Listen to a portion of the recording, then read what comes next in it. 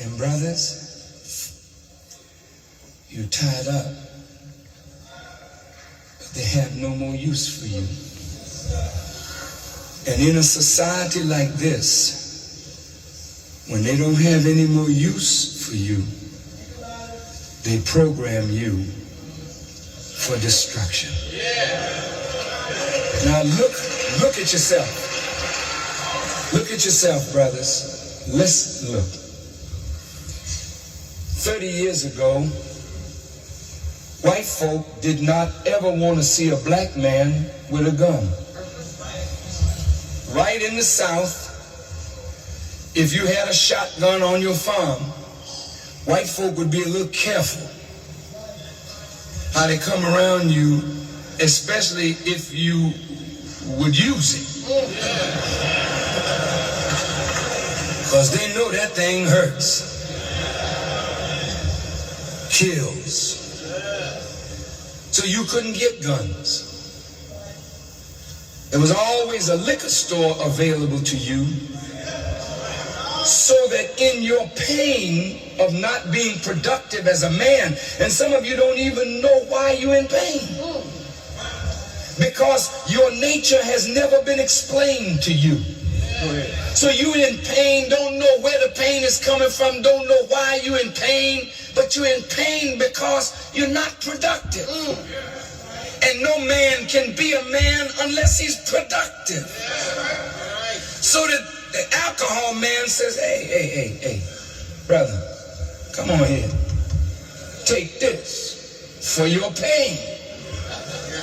So you're a college professor, but you're in pain.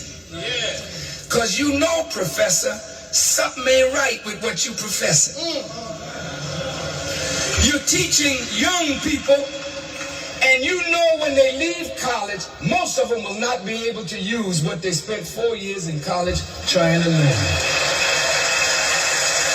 So, in the basement of most of the professors' houses, you find a bar. And you have parties in your house. And your friends come over and you get drunk. And laugh and talk and get drunk. And get drunk and laugh and talk and tell jokes. And get drunk some more. And laugh and talk and tell jokes. And then go back to class on Monday acting like you professing. It's the same with preachers. No. Preachers are sad men too. Because most of them read the Bible about a God, but he ain't real in their life when white folk come. You understand what I'm saying? You say you believe in God. God is your rock. But don't let white folk come to your house in the midnight hour. You start saying like they said, Jesus said on the cross, my God, why have you forsaken me? Because deep down inside, some of the most cowardly people are the people who claim to believe in God. You allow the flock to be eaten by the wolf, and the shepherd runs and hides and becomes an apologist for the wickedness of the slave master and his children.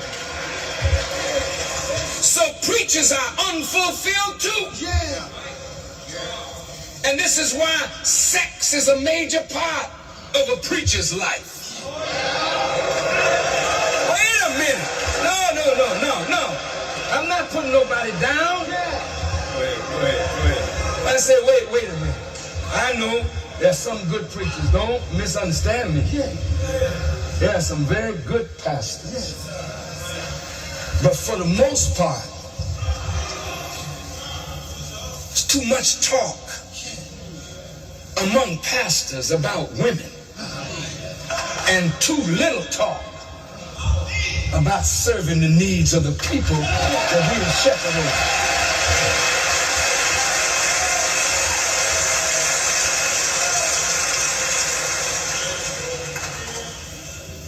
Brothers, we're all in pain. The man of God, he got his Bible, but he's in pain. The Muslim, he got his Quran, he's in pain. The agnostic ain't got no Bible, no Quran, don't believe in no God, but he in pain. Gangbangers in pain.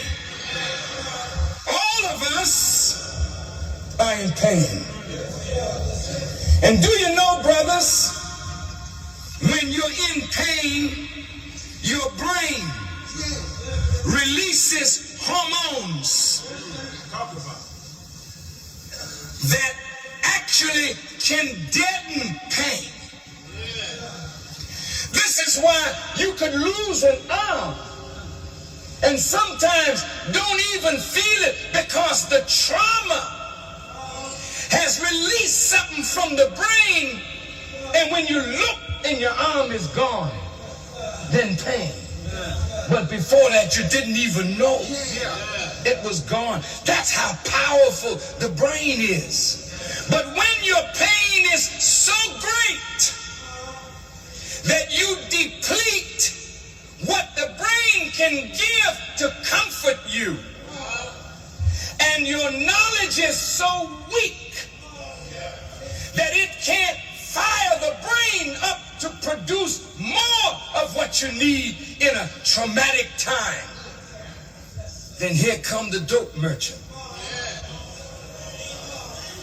Hey, baby. Hey, try this.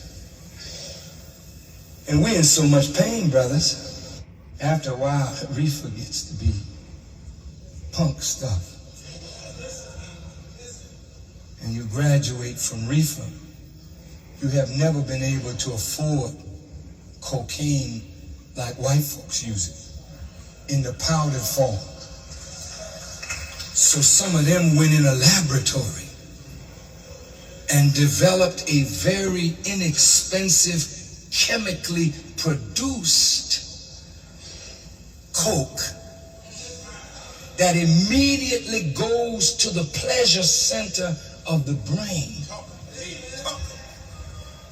And one hit of it hooks you.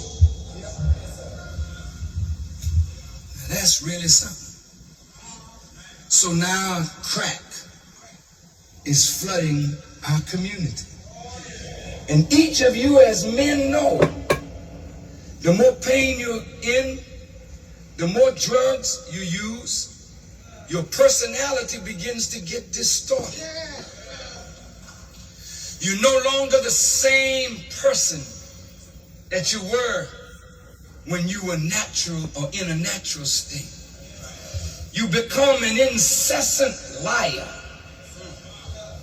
And after a while, your mother and your father become objects to you, not your real parents that you should have love and care and tenderness for. But you see your mother's fur coat and you take it. You see something of value, you take it. And if they try to stop you, you, in the sad state of your mind, would kill your own mother, your own father, your sister, or your brother. Now the black community is filled with pain and filled with drugs. Filled with pain and no power, now filled with guns. Mao Zedong said, power grows out of the barrel of a gun. So when you put a gun in a powerless young black man's hands, he got his hand on something now that gives him power. He's hungry for power. The nature that the Bible said God created him in, God gave him in the beginning power. But the white man took away from you power. Now you're trying to get it back, but you don't know how. So they sell you a gun. You didn't go to the gun store and get it, because they wouldn't sell it to you at the gun store. But you got it on the market, the white market. And they sold you a weapon. And they knew you were not going to be involved in a drive-by shooting in the white neighborhood. You were not going to do carjacking in the white neighborhood. They know that the more guns they put in your hand, you would begin to terrorize your own neighborhood. So it's guns and drugs and jobless men. Guns and drugs and pain-filled men. Guns and drugs and bitter, frustrated men. Guns and drugs and men with no creative mind. Guns and drugs and a man that is not really a man of his own destiny.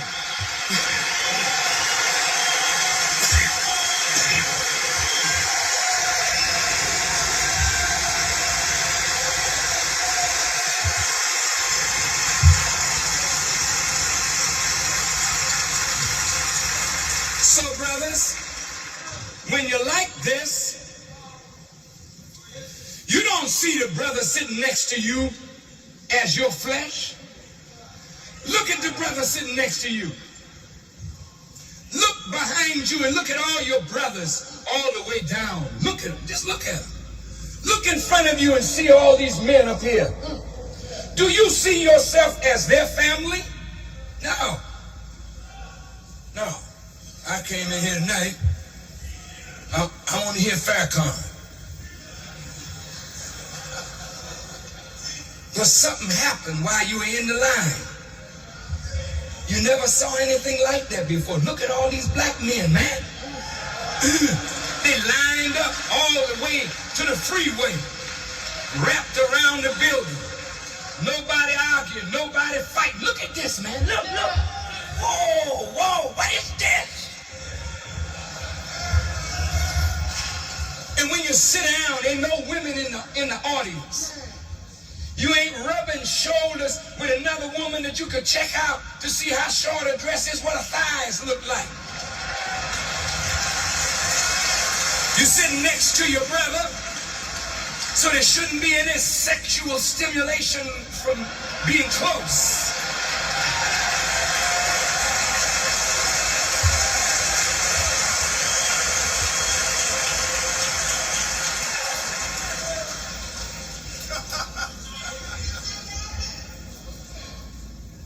But out in the hood,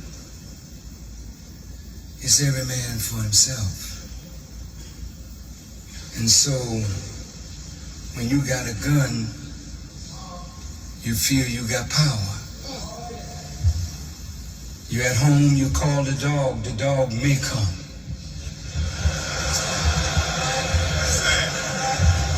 Sad, brother. That's sad.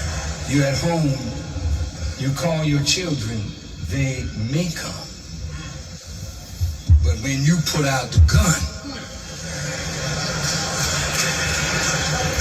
people start coming to that. What you say you want? Yes, yeah, I'll give. That you feel that's real power. And then the kicker is when you squeeze the trigger and you watch the body of your brother gyrate under the heat of a bullet, and you see him cry out, "Oh God," and he gasps, and you watch his life ooze out, and you don't have no feeling for him. You go back home with your boys, you eat a beef burger, a hamburger, a pizza, and you go to bed like you did nothing. But those women that are out there cheering you tonight, they gotta carry their sons to a final resting place. For every black person that you kill, you have wounded whole families. Whole families.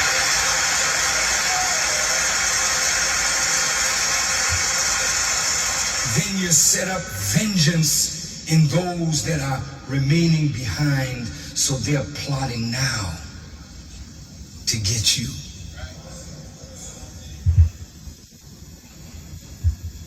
And you know, I watch white folks send a contraption up that circles the earth. I watched them send a telescope up, and it didn't work. And then they sent something else up to correct the telescope.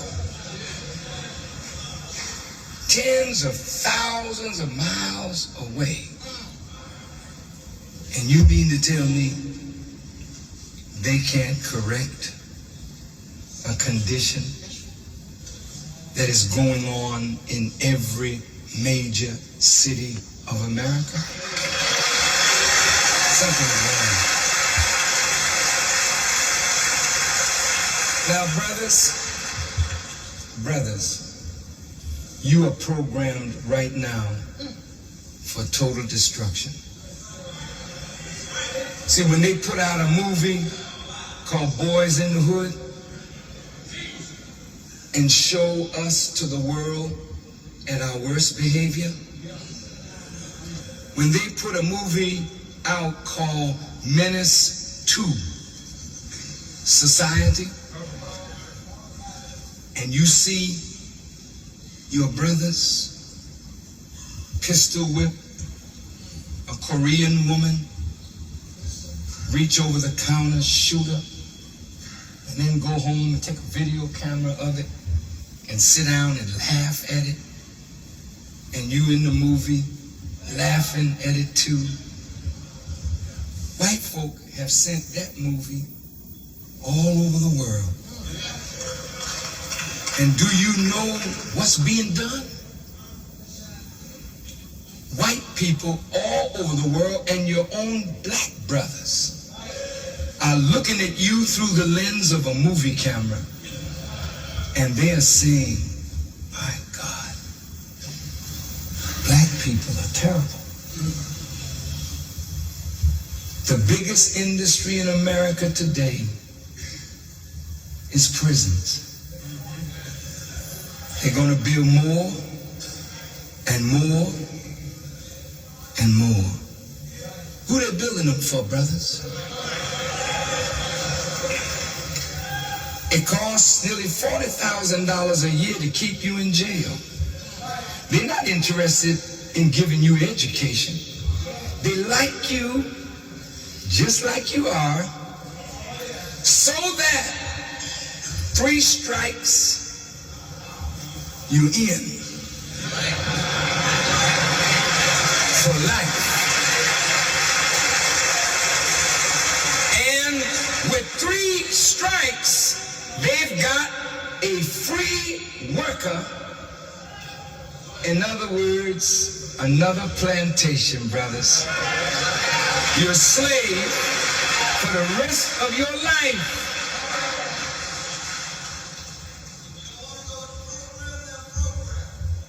What is it, brother?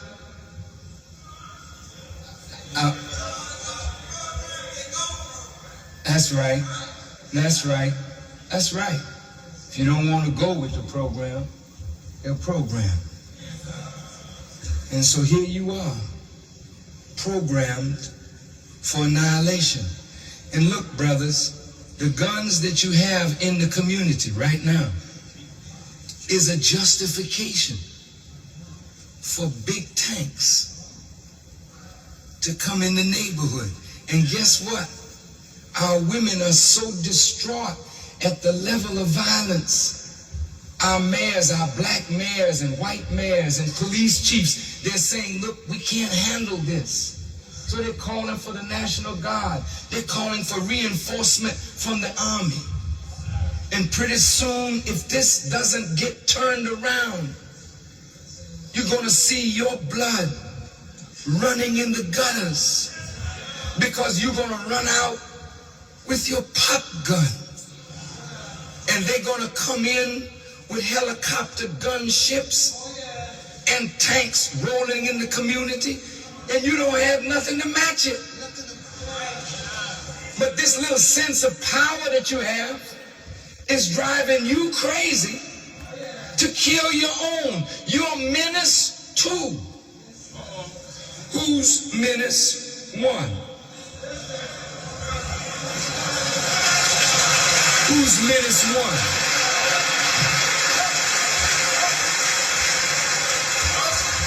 If I'm John the second, they gotta be John the first that I come from.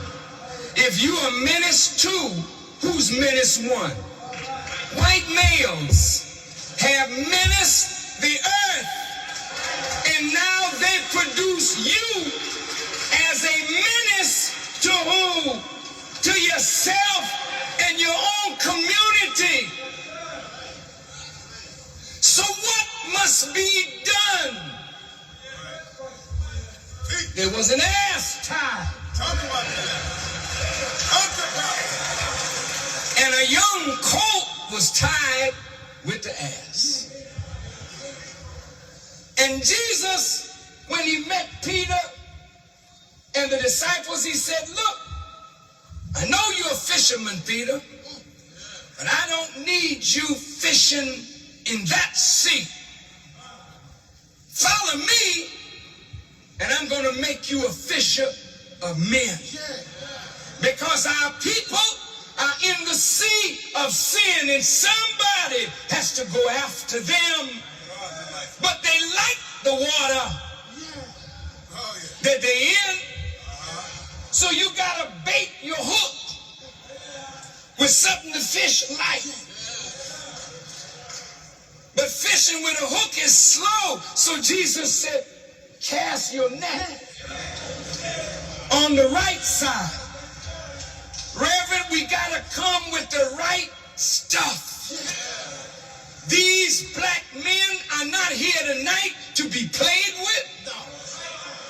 They are here tonight because they want to change in their life and they want to change in their community.